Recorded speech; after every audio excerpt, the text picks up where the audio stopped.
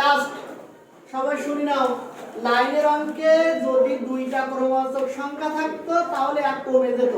এখানে এটা কি ক্রমবাচক সংখ্যা আর এটা কি ক্রমবাচক সংখ্যা নাকি এটা না?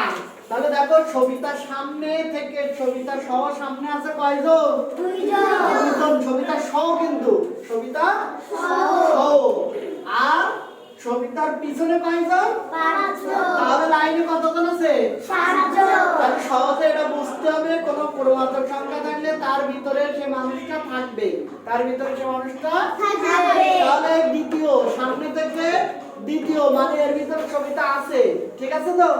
সবিতার কয়বার বলবো আমরা? একবার। কয়বার? একবার। তাহলে সবিতার সহ সামনে আছে কয়জন? তার পিছনে আরো আছে কয়জন? পাঁচজন। এবার যোগ করে দেব, ঠিকই বলো। আরেকটা অঙ্ক আছে, সেটা পরের সপ্তাহে করানো হবে, সেটা দুইটা ক্রমবাচক সংখ্যা থাকবে, তখন এক কমে যাবে।